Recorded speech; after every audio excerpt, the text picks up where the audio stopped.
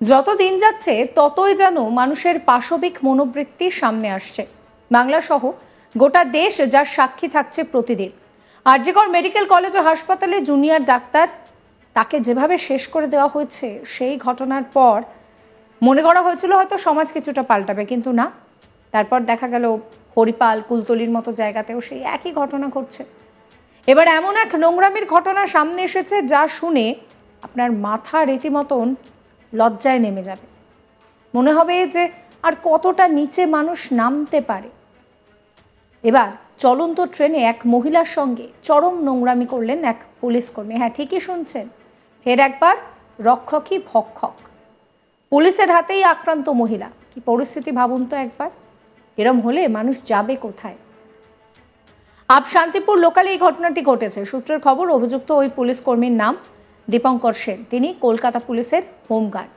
অভিযোগ, আপ শান্তিপুর লোকালে ফিরছিলেন অভিযোগকারী মহিলা এবং পুলিশ কর্মী। সেই সময় মহিলার সঙ্গে চরম নোংরামি করেন ওই পুলিশ কর্মী। এরপরেই মহিলা এই ঘটনার প্রতিবাদ জানান। অভিযোগকারী কি বলছেন শুনুন।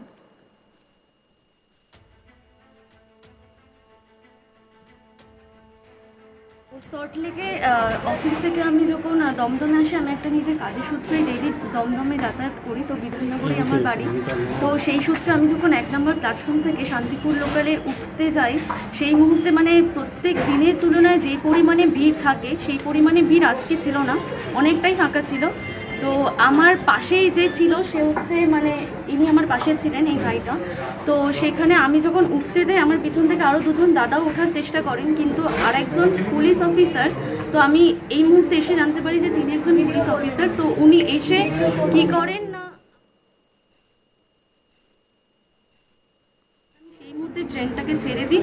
আর ওনার আমি হাতটা ধরে নিয়েছিলাম, তাই আমি ওনাকে ধরতেও পেরেছি। আর ওনাকে নিয়ে এসে আমি দমদম পুলিশ স্টেশনে এখানে আসি। আর উনি ট্রেনে আসার সময় রীতিমতো বলে যাচ্ছেন যে উনি কিছু করেননি, উনি কিছু করেননি। কিন্তু যখন ট্রেনটা ছেড়ে দিয়েছে, আমার যে কো প্যাসেঞ্জাররা ছিলেন, মানে যে আন্টিগুলো ছিলেন, তিনি যখন আমার হয়ে কথা বলেন, তখন উনি বলেন যে যেই ব্যক্তি বলছিলেন যে উনি কিছু করেননি, সেই মুহূর্তে উনি পাল্টি খেয়ে বলছেন যে উনি ভুল করে ফেলেছেন। যদি এটা ভুল করেই হতো তাহলে তো উনি আগেই বলতে পারতেন যে উনি উঠতে গেছে, ভুল করে হয়ে গেছে। কিন্তু উনি কিছুই ভুল করে করেননি, উনি নিজের ইচ্ছায় আমার সাথে খুবই জঘন্য একটা কাজ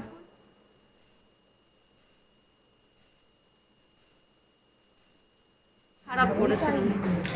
একটা বারবার তোমাকে ট্রমার মধ্যে নিয়ে যেতে চাইছি না, কিন্তু একটা বিষয় উনি বারবার দাবি করছেন যে ভিড় ট্রেনের মধ্যে, যেহেতু ভিড় ছিল সেই জন্য অসাবধানতা বশত ওনার হাতটা লেগে গিয়েছে। তুমি যেটা ভাবছো সেটা নয়, সত্যিই কি তাই? একটা কথা বলছি, মানে আমরা মেয়েরা সব থেকে বেশি বুঝতে পারি যে কোন টাচটা আমার জন্য ঠিক আর কোন টাচটা আমার জন্য ভুল। আমি প্রত্যেক দিন বাসে ট্রেনে যাতায়াত করছি, অনেক ছেলের ছোঁয়া আমার লাগে। ভিড়ের মধ্যে হতেই পারে, সেটা কোনো আপত্তি নেই, কিন্তু উনি ইচ্ছা করে করেছেন সেটা আমি পুরোপুরি বুঝতে পেরেছি। আর উনি যদি অসাবধানতা বশতও করে থাকতেন, তাহলে যদি আমার গায়ে টাচও লেগে থাকতেন, তাহলে উনি পিছন ফিরে চলে যাওয়ার কেন চেষ্টা করতেন? উনি তো ট্রেনে ওঠারই চেষ্টা করতেন, তাই না? তারপরে ওই পুলিশ কর্মীকে ধরে বেঁধে দমদম জিআরপিতে নিয়ে যান সহযাত্রীরা। এই ঘটনায় ওই পুলিশ কর্মীর উপযুক্ত শাস্তির দাবি জানিয়েছেন যাত্রীরা। এক যাত্রী প্রিয়াঙ্কা বিশ্বাস কি বলছেন শোনাবো। বিচার অধরা বলে আমার মনে হয় অপরাধীরা কাজটা করার জন্য প্রবণতা আরও বাড়ছে। তারা জানছে, তারা বুঝতে পারছে যে হ্যাঁ, এই ধরনের কাজ করে তো আমরা বেরিয়ে যেতেই পারি, আমাদের কোনোই শাস্তি নেই। কিন্তু আমি একটা অন্য কনটেক্সটেও বলতে চাই, আমাদের যে এই আন্দোলন, অন্তত এটা করে মহিলারা আজ দাঁড়াতে শিখেছে, তারা রেজিস্ট করতে শিখেছে, তারা সামনে এসে প্রতিবাদ জানাতে শিখেছে। এই যে মেয়েটির সাথে আমার ছোটো বোনের মতো মাত্র মেয়ে তরুণী, তার সাথে ঘটনাটা ঘটার পর সে হাউমাউ করে কাঁদছিল, এবং সে কিন্তু তাও সেই মোমেন্টে, সেই প্যালপিটেশনের মধ্যে সেই লোকটিকে সে চিহ্নিত করে এবং সে ধরে। তারপর আমার ভাই গিয়ে তাকে ধরে এবং তাকে পুলিশের কাছে নিয়ে যাওয়া হয়।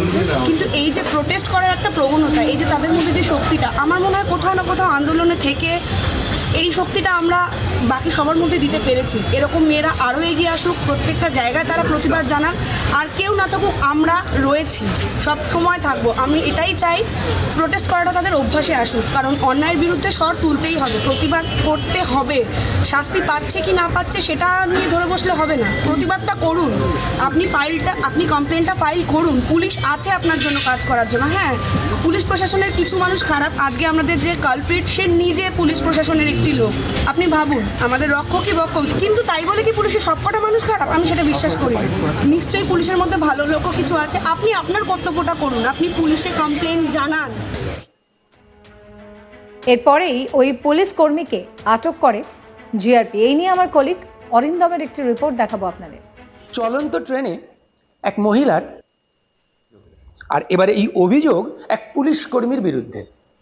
এই ঘটনা উল্টোডাঙ্গা রেল স্টেশন, অর্থাৎ সন্ধেবেলায় কাজের শেষে এক তরুণী যিনি সল্টলেকে কাজ করতেন, সেই কাজ শেষ করার পরে তিনি বিধাননগর যে রেল স্টেশন, সেই রেল স্টেশনে পৌঁছন এবং সেখান থেকে তিনি আপ শান্তিপুর লোকাল ধরার জন্য ওয়েট করছিলেন। এবং ট্রেন আসার পর স্বাভাবিকভাবেই অফিসের ভিড় থাকে, প্রত্যেক সময়ই থাকে, এবং সেরকম এদিনও সেরকম ভিড় ছিল। এবং সেই ভিড় থাকার পরে সেই যে তরুণী, সেই তরুণী কিন্তু আপ শান্তিপুর লোকাল ট্রেনে ওঠে। এবং এই ওঠার সময় তার আশেপাশে বেশ কয়েকজন উঠেছিল এবং তখন থেকেই সে বুঝতে পারে যে আরেকজন প্যাসেঞ্জার সে কিন্তু তাকে, এরপর সে ট্রেনে ওঠার পর কিন্তু যে ঘটনা ঘটে, সেই তরুণীর অভিযোগ যে ট্রেনের মধ্যে কিন্তু সেই যে ব্যক্তি যার বিরুদ্ধে অভিযোগ, অর্থাৎ যে পুলিশেরই এক কর্মী, সে কিন্তু সেই মহিলা করে এবং তাকে তার কিন্তু সেই তরুণী অভিযোগ করে। এবং এই ঘটনা ঘটার পরে সেই তরুণী কিন্তু সেই লোকটিকে ধরে নেয়, সেই লোকটিকে ছাড়ে না এবং তাকে কিন্তু দমদম রেল স্টেশনে নিয়ে যায়, অর্থাৎ পরবর্তী রেল স্টেশন বিধাননগরের ঠিক পরের রেল স্টেশনই হচ্ছে দমদম রেল স্টেশন। সেই দমদম রেল স্টেশন পর্যন্ত তাকে কিন্তু নিয়ে যায় এবং তার পার্শ্ববর্তী যারা যাত্রীরা ছিলেন তারাও কিন্তু তাকে সহযোগিতা করে, তারাও কিন্তু সেই ব্যক্তিকে ধরে নিয়ে যায় এবং নিয়ে গিয়ে দমদমে যে জিআরপি, সেই জিআরপির কাছে নিয়ে যায় এবং জিআরপিকে হ্যান্ড ওভার করে।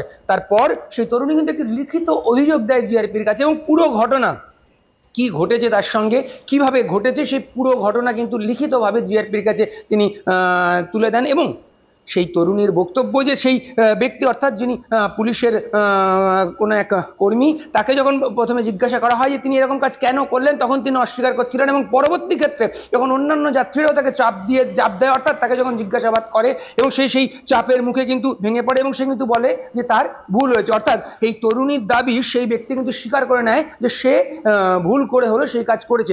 এক্ষেত্রে যেটা বারবার প্রশ্ন উঠছে যে মহিলাদের যে সেফটির পার্ট যে বিষয়টা, সেই বিষয়টা কিন্তু বারবার প্রশ্ন উঠছে এবং আমরা একাধিকবার দেখতে পাচ্ছি, একাধিক ক্ষেত্রে কিন্তু এই ধরনের ঘটনা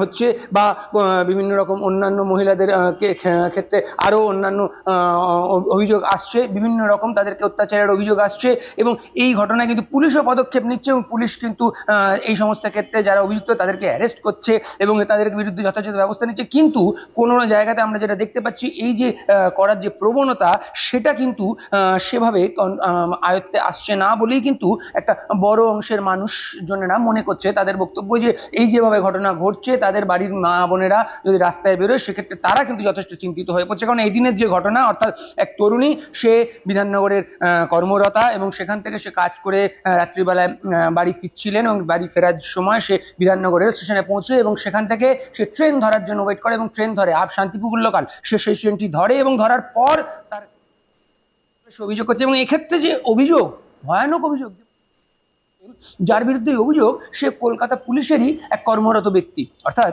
খোদ পুলিশ সেই কিন্তু এবার এই অভিযোগের শিকার এবং তাকে বিরুদ্ধে কিন্তু অভিযোগ এবং তাকে কিন্তু জিআরপিতে হ্যান্ড ওভার করে এই তরুণী এবং হ্যান্ড ওভার করার পরে তাকে জিজ্ঞাসাবাদ করা হয় এবং আপাতত যেটা সূত্রের খবর যে জিআরপি কিন্তু তাকে গ্রেপ্তার করেছে এবং এই পুরো ঘটনার একটি লিখিত যে অভিযোগ, সেই লিখিত অভিযোগে কিন্তু এই মেয়েটি জিআরপির হাতে তুলে দিয়েছে।